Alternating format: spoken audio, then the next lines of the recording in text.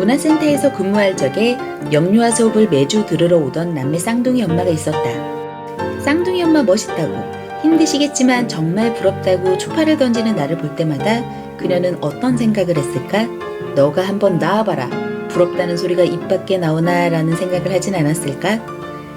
100일간의 둥이 육아는 다이나믹 스펙타클, 그 어떤 단어로도 표현이 안 되는 환상적이고 환장스러운 기간이었다.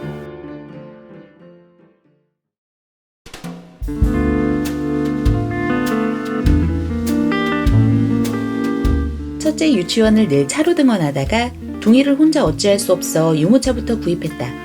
운전이 익숙한 나였지만 도움 없인 이동도 어려워진 내게 이젠 차도 불필요했다. 11월부터 1월까지 하필 가장 추워 뉴스에도 언급되던 최강 한파에 갓 50일 된 쌍둥이들을 유모차에 태우고 온몸에 부딪히는 강풍을 맞으며 첫째와 매일 걸었다. 한 명의 아이와 다닐 때도 물론 몰골이 아닌 시기가 있었지만 그땐 겨울에 옷이라도 챙겨 입을 수 있었는데 갑자기 등 떠밀어 쫓겨난 듯한 모습에 누가 볼까 최대한 걸음을 재촉해도 둥이 엄마라는 사실 하나만으로 받는 많은 관심과 우려들. 아는 사람이 없는 지역에서 생각보다 나를 기억하는 사람은 많았다. 50일부터 시작된 나의 육아 스케줄. 첫째를 9시 반에 등원시키고 집에 와 새벽 동안 일어난 폐해 현장을 정리했다. 둘 중 누구 하나는 꼭 울고 있었기에 젖병 설거지, 빨래 개기, 우유 타기 등 해치워야 하는 집안일의 대부분을 거의 한 아이를 안고 했어야 했고 정말 운 좋은 날에나 먹을 수 있는 식사는 컵라면 정도였다. 둥이가 깨어난 후 시작되는 1차 전력 질주. 먹이고 또 먹이고, 드름시키고 또 시키고, 기저귀도 2개씩, 옷 갈아입히기도 2번씩, 재우고 또 재우고, 11시부터 2시까지 미친 듯이 달리다가 이제 좀 긴잠 자려나 싶은 오후 2시부터 다시 첫째 하원을 준비했다. 2명을 먹이고 트림시키고 입히고 태우는데 준비 시간 1시간 반. 만신창이 몰골로 오후 4시쯤 첫째를 데려와 남편이 오는 저녁 7시가 되기만을 못 빠지게 기다렸고 남편이 온 후 2차 전력 질주가 시작됐다. 뭐가 입에 들어가는지 모르게 서로가 허기만 급하게 달랜 후 첫째에겐 인스턴트로 가득한 식사를 주고 곧바로 난 새아이의 목욕, 남편은 밖에서 새아이의 케어를 하며 놀리고 재우고 갈아입히고 먹이고를 반복한다. 밤이 되면 또다시 시작되는 전쟁. 한 아이당 적게는 3-4번, 많게는 20번씩 깨며 서로가 서로를 힘들게 하는 상황이 반복됐고 배고프고 졸리고 힘든 둥이들의 수시로 울려 퍼지는 울음소리를 온몸으로 받아내다가 괴로워 죽겠다 싶은 새벽 4-5시가 되면 이른 아침을 맞는 금동이로 인해 강제기상. 금동이 울음소리에 복동이도 강제기상. 첫째도 새벽 6시 강제기상. 실려가기 직전의 상태로 기어다니며 첫째를 준비시키는 동안 둥이들은 배고프고 졸린 타이밍이 서로 달라 1시간씩 목이 쉴 정도로 내리울었고 2시간씩 걸려 겨우 옷 입혀 유모차에 태우면 번갈아 똥 싸며 다시 원점. 밥 먹고 싶다는 애 입에 인스턴트 간식을 주며 걸음을 재촉하고 임꺽정 머리로 집 앞을 나가 주차장에서 머리를 묶어주는 초라한 상황을 시작으로 답없는 하루가 매일 반복되었다. 힘들겠어요. 그래도 한 번에나 힘든 게 낫죠? 남들 2번 고생할 거 한꺼번에 하잖아요. 오가며 참 많이 들었던 말들이다. 난 그런 얘기를 들을 때마다 머리가 하얘져 뭐가 가장 힘든지조차 말할 수도 정의 내릴 수도 없었다. 한 가지 확실하게 말할 수 있는 건 둥이 육아는 2배로 힘든 것이 아니었다.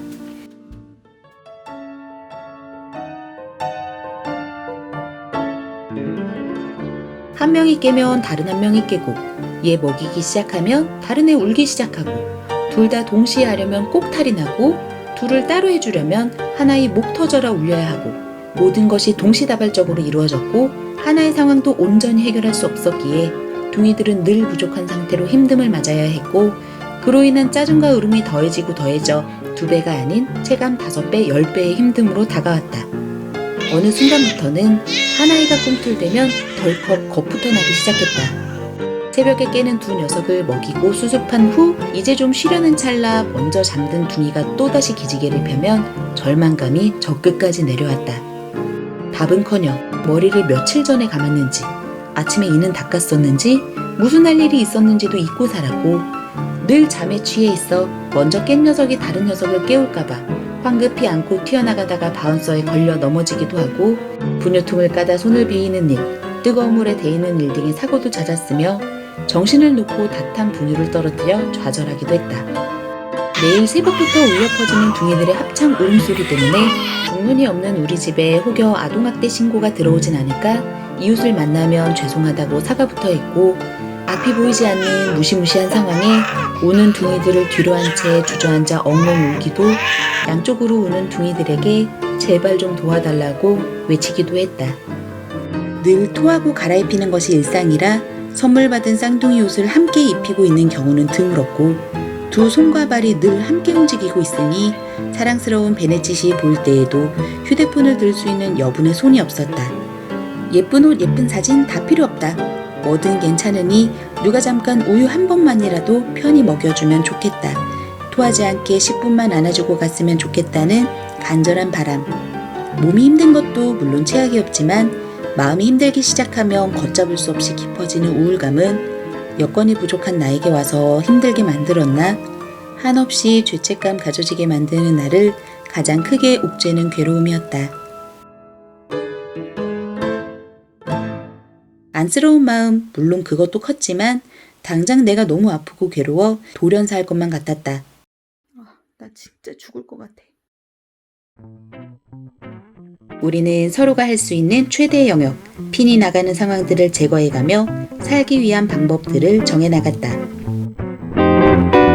가장 바쁜 저녁 시간에 밥은 사치였기에 다이어트를 명목으로 저녁을 굶기로 했고 청소 압박에 스트레스를 받느니 내 마음을 내려놓는 게 빨랐기에 모두가 너저분함에 적응하기로 했다. 귀를 찌르는 울음소리에도 허허허 웃어 넘기려고 노력했고 온종일 방치되어 돌봄 못 받은 티 팍팍 내면서 TV 중독이 되어가는 태연이를 보면서도 코로나 시대에 어느 집이나 있을 수 있는 모습이라며 태연해지려 노력했다. 가장 중요했던 건 역할 분담. 욕구가 확실하고 울음소리도 크고 모든 것이 빨라 계속 놀아줘야 하는 금동이는 남편이, 순하지만 약하게 태어나 하루 종일 손이 가야 하는 복동이는 내가 맡았다. 밤중 수유도 둥이 한 명씩을 각자 데리고 자며 각자 했고 두 아이에 맞는 수면과 놀이 패턴을 수시로 공유하고 협의하며 맞춰 나갔다. 우리가 새 아이를 육아함에 있어 너무 힘들어 욕이 튀어나올지언정 서로에게 화살을 겨누진 말자. 싸우게 된다 한들 서로가 싫은 게 아니라 너무 고돼서 그런 것임을 늘 기억하고 내가 방전되면 당신이라도 힘내달라며 평화협정을 수시로 한 것. 그것이 내가 둥이를 보며 멘탈만은 지킬 수 있었던 비결이었다.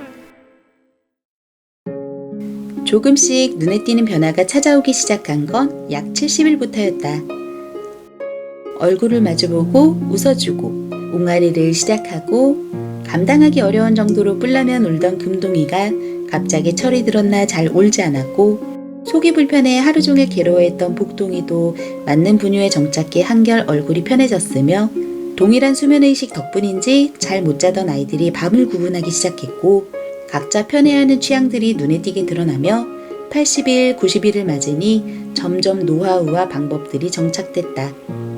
통잠의 기적은 없었지만 희망은 살짝 볼 수 있었던 나에게 둥이 100일은 그저 예쁘고 사랑스러웠던 첫째의 100일과는 달리 대단한 1차 미션을 통과한 후에 받는 수료증 같아 뿌듯한 마음까지 들었다.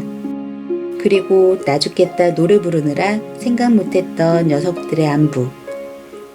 많이 힘들었지? 너희도 세상에 태어나 모든 것이 낯설었고 크느라 적응하느라 하루가 멀다 하고 아팠을 텐데 엄마가 미처 그것까진 여유롭게 받아주지 못했었어. 미안하고 안쓰럽고 그래도 엄마는 너희가 나에게 왔다는 사실이 앞으로도 변함없이 벅차고 행복할 것 같아. 많이 부족한 엄마지만 그래도 내 곁에 와줘서 정말 고맙다. 앞으로도 우리 잘해보자. 화이팅!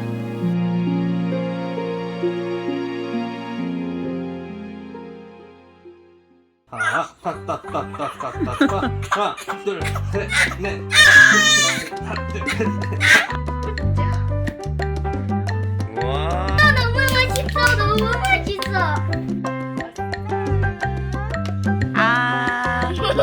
처음에 어떠세요? 혼이야 뭐해? 소리야. 내 꽃 찾아보고 있어. 아니 준이 생일 축하합니다. 생일 축하합니다.